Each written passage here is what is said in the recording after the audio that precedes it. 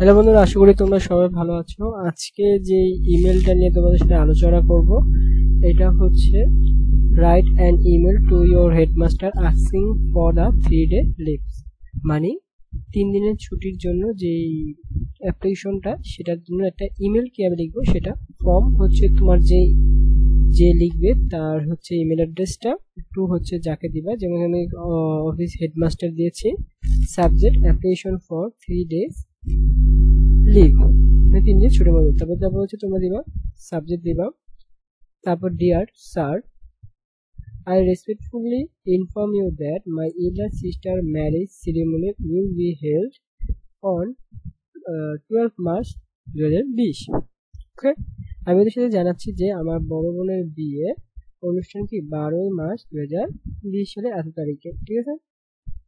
তারপরে দেখো কি বলেছে, দেয়ার, দেখো এটা তোমার পাশে পাশে লিখবা, পুরো পাওয়াটা পাশে সাথে সাথে যুক্ত হবে, ঠিক আছে। Therefore I will remain busy with various দেখো arrangement and family activities। তাই আমি বিভিন্ন কি প্রস্তুতি ও পারিবারিক কাজে কিন্তু ব্যস্ত থাকবো। তারপর দেখো কি দিছে, I kindly request you to grant me 3 days leave in advance from 11 March to 13 March 2020 সালে আমার ছুটি দরকার।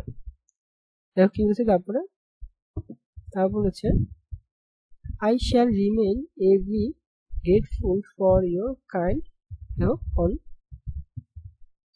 consideration।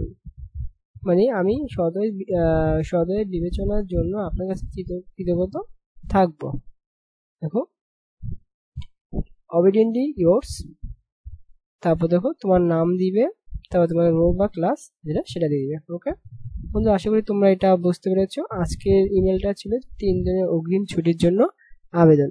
পরবর্তী ভিডিওতে আমরা আরো একটি ইমেল নিয়ে আলোচনা করবো, সেটা দেখার জন্য তোমাদের অপেক্ষা করবো।